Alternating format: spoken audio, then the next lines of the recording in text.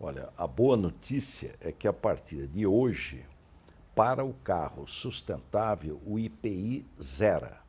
Então, o consumidor não pagará nada de imposto do IPI federal, zero, zero, zero. Isso deve tornar o carro de 5 a 7% mais barato e já está vigorando a partir de hoje. Esse carro sustentável, o que é exigido para as montadoras poderem apresentar? Primeiro, que polui menos. Então, você tem um carro mais sustentável. Ele emite menos CO2, menos carbono, ele tem mais eficiência energética. Reciclabilidade. Como é que vai descartar o veículo? Tem que ter mais de 80% de materiais que sejam depois recicláveis. Potência menor, porque nós queremos atingir o carro de entrada, aquele carro mais barato. Então, para ajudar as pessoas a trocarem de carro ou poderem adquirir um carro 0 km. Então, a partir de hoje, já pode procurar as concessionárias, as lojas, que já está vigorando o IPI zero. Não paga mais imposto de IPI para esses carros. Agora, hoje são modelos específicos que já se adaptam a essa regulamentação que o governo lançou. Podem vir novos carros no futuro. Exatamente. Hoje você tem 5 montadoras que têm esse carro de entrada. Nada impede que amanhã montadoras apresentem outros carros que sejam enquadrados neste programa do carro sustentável. O objetivo é baratear o carro. Então ele tem uma função social, permitir as pessoas poderem ter acesso a um carro. E o outro ambiental. São carros que poluem menos. Então eu estou dando preferência ao elétrico, ao híbrido e ao flex. E lá na frente vai ter um pequeno aumento para usar gasolina, só gasolina e diesel. Então esse é o objetivo, é colaborar com a questão ambiental, com a sustentabilidade. Nós não vamos proibir carro a combustão, como a Europa está fazendo. Olha, a partir daqui a alguns anos é proibido. Não, nós não vamos proibir. Mas nós vamos estimular veículos com tecnologia melhor para poluir menos. E como anunciar hoje, né, o IPI zero já valendo lá na concessionária para o consumidor e explicar que não tem nenhum impacto fiscal para o governo. O governo não deixa de arrecadar imposto com a medida. O importante é, primeiro, o imposto é zero. A partir de hoje, IPI zero. Não tem impacto fiscal. Quer dizer, eu não estou tirando dinheiro do governo e piorando a situação fiscal. Não, porque os carros com poluição maior, eles vão pagar um pouquinho mais. E não estou aumentando carga tributária. O governo não quer arrecadar um centavo com isso. Ela é neutro, do ponto de vista tributário. Não estou criando nenhum tributo novo. Então, ela é, do ponto de vista tributário, neutra, não estou aumentando nada, e também não estou levando prejuízo para o governo, perda de arrecadação. O benefício é para este carro sustentável, este carro de entrada, IPI zero. A gente tem visto com as concessionárias que o desconto pode variar de 6 mil a mais de 10 mil reais. Agora, então os carros de luxo podem ficar mais caros para compensar esse imposto zero para os carros de entrada. Carros bem mais caros a gasolina ou diesel, porque se for elétrico, híbrido ou flex, até vai cair um pouquinho. E aí o equilíbrio fiscal está garantido. Zero, neutralidade do seu ponto de vista fiscal. Não vou dar prejuízo para o governo, piorar a situação fiscal, nada. E nem vou aumentar a carga tributária da indústria automotiva. Tem uma meta de vendas para a indústria ou uma meta de aumentar ou garantir empregos para os brasileiros nos pátios das montadoras? Como é que o governo está trabalhando essa questão? Olha, nós somos muito cautelosos nessa questão de prever. Agora, o objetivo é exatamente esse, é fazer a indústria fabricar mais no Brasil, gerando mais emprego, e a indústria ela está na vanguarda da inovação, né, que mais investe em inovação, e paga salários maiores. Então, a indústria é muito importante, a gente estimular o emprego industrial. O salário é mais alto, ela está na vanguarda da inovação e agrega valor. Eu pego o minério de ferro e faço um automóvel. Então, ela é extremamente importante do ponto de vista econômico e do ponto de vista social.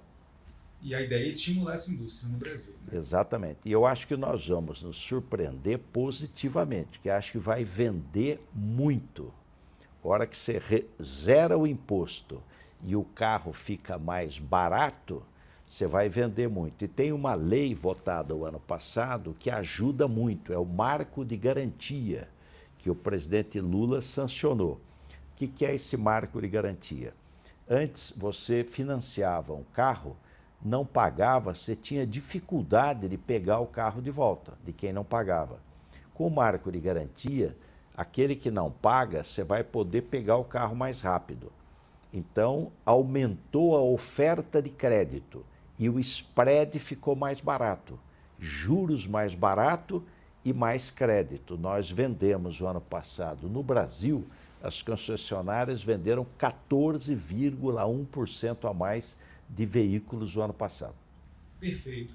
Agora, presidente, o presidente Lula é o responsável, claro, por anunciar em breve como que vai ser essa questão do tarifaço do Trump, dos 50%, mas quem cuida do comércio internacional dentro do governo federal é o senhor. Como é que o senhor está vendo essa situação desse novo grupo de trabalho? O que esse grupo pode pensar, sugerir? Porque a gente já viu que uma das preocupações do governo federal é não sobretaxar produtos que possam punir o consumidor. Essa vai ser a meta? Tentar uma resposta alternativa a essa questão?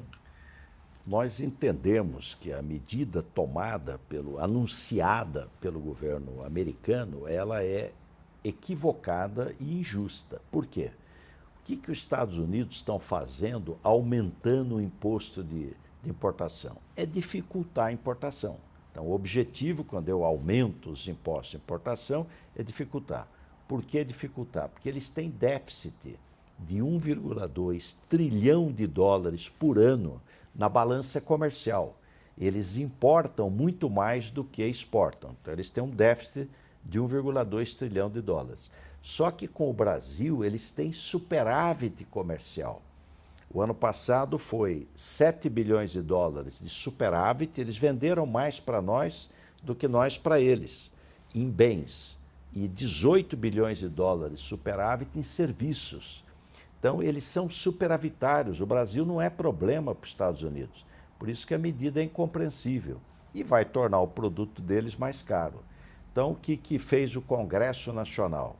Aprovou uma lei que o presidente sancionou, chamada de reciprocidade. Olha, se você aumentar lá, eu também aumento aqui.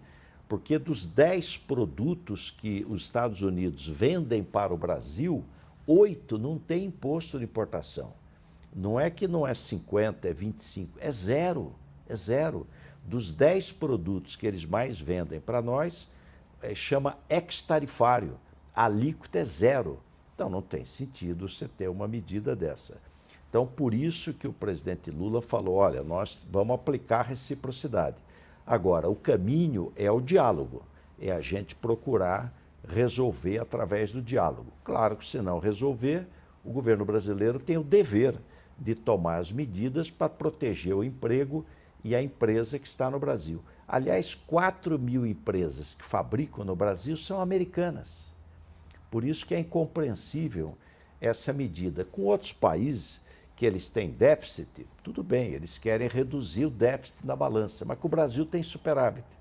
Mas o caminho que vejo é, o Brasil vai ser firme na questão da sua soberania, não tem que misturar problema comercial de alíquota com decisão da Suprema Corte, do Judiciário. Os poderes são independentes. Você não pode fazer uma ameaça baseada numa decisão de um outro poder. Pois é, e o comitê vai ter que estudar, então, que medidas podem ser tomadas para não punir a população brasileira com produtos importados que possam ser sobretaxados e fiquem mais caros. Já está em estudo, inclusive, a questão de quebra de patentes, né, para os medicamentos ficarem mais baratos.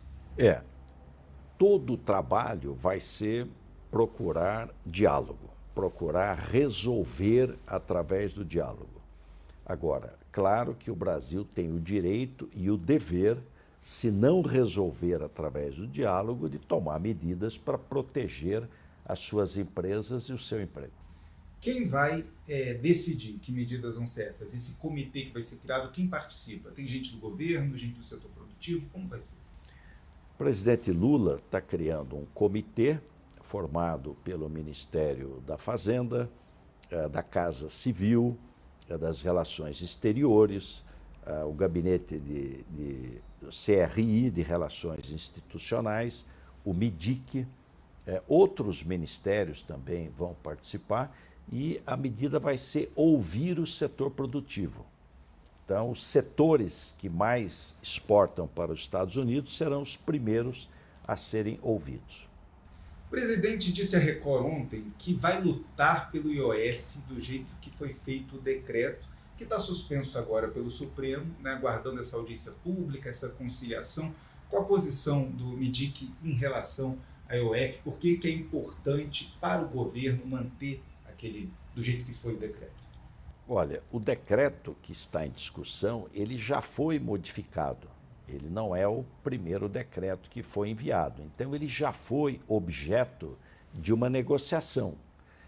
Mas, se essa negociação não foi suficiente, o que fará o Supremo? Fará, no dia 15, uma conversa, uma audiência de conciliação, para que haja um entendimento entre o Executivo e o Legislativo. E eu acredito no diálogo. Veja que acabou o Congresso de dizer que vai votar nos próximos dias o imposto de renda. O que faz o imposto de renda? Até R$5.000 não pagará mais imposto de renda no Brasil, que está correto. Então, até 5.000 fica isento de pagamento. Até 7.000, e agora o relator Arthur Lira aumentou para 7.350, pagará menos, e quem ganha 50, 80, 100 mil reais, 200 mil reais por mês, pagará um pouquinho mais. Eu me lembro de um amigo que dizia, sempre queira pagar mais imposto de renda, que é sinal que você vai estar ganhando muito mais. Isso é no mundo inteiro assim. O imposto de renda é sobre a renda. Quem ganha menos não paga, quem ganha médio paga um pouquinho mais e quem ganha bastante pode pagar mais. Então essa é a lógica, esse é um bom projeto que faz justiça tributária, deve beneficiar mais de 25 milhões de pessoas. E o IOF vinha com a mesma lógica também, né? De quem gasta mais, quem usa mais, pagar esse imposto. IOF é um imposto regulatório, mas é exatamente para isso, para você fazer regulação, procurando estabelecer com essa regulação critérios de justiça tributária e de política tributária.